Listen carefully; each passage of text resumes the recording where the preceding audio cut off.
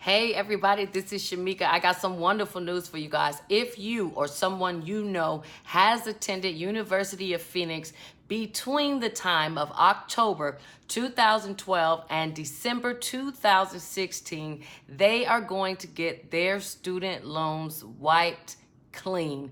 That's right. They're going to get their student loans wiped clean. The Federal Trade Commission just settled a lawsuit agreement with the University of Phoenix for false advertising, and they now want to award those students that have debt that is left over from unpaid student loans. You can now have those debts wiped clean. According to University of Phoenix website, they state that if you are one of those eligible students, you don't have to do anything. They will take care of it for you.